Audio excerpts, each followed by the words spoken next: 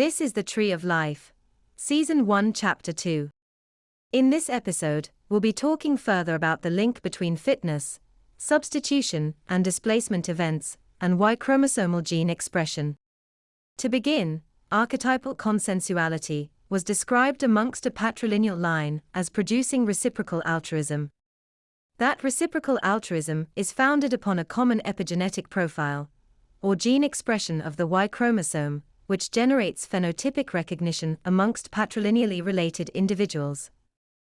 Likewise, this gene expression is modulated by the reciprocation of substitution and displacement events. More specifically, these events decrease the fitness of one individual, the receiving individual, by undermining an individual's ability to verbalize a feeling and obtain the satisfaction of a need.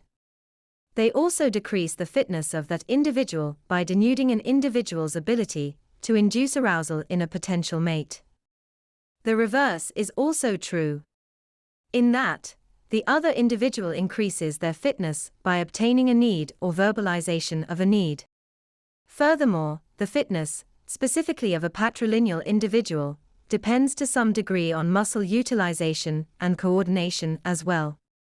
The epigenetic profile linked to an archetypal consensual patrilineal line may also, through the aggregation of substitution and displacement events, to the preferential benefit of one individual, be linked to higher or lower muscle utilization, linked to Y chromosomal gene expression.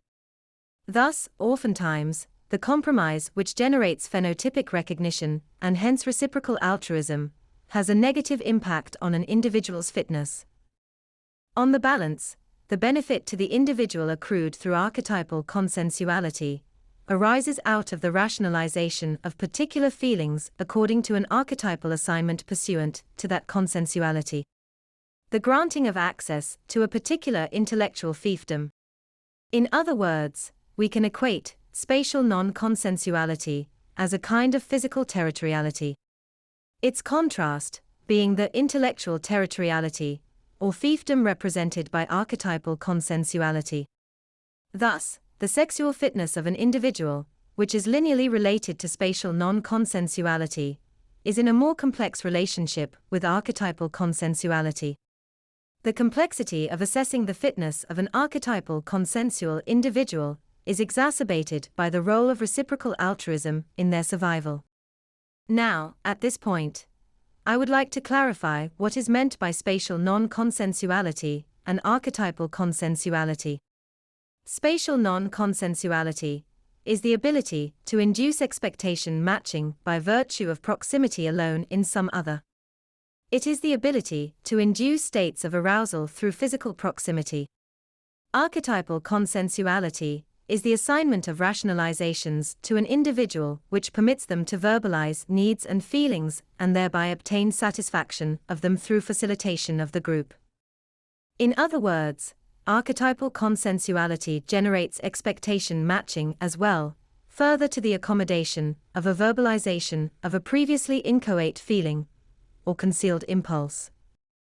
The role that reciprocal altruism plays in generating synchronicity bands described in Season 4, Chapter 5, and 6 of 37 families, is the same role it plays in ensuring commonality between epigenetic profiles amongst linearly related individuals.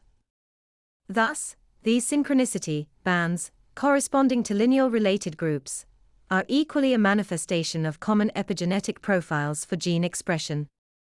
Imagine for a moment that epigenetic profiles corresponding to linearly related individuals are rather like complex keys, which when engaged generate reciprocal altruism, and hence behavior which falls into particular synchronicity bands.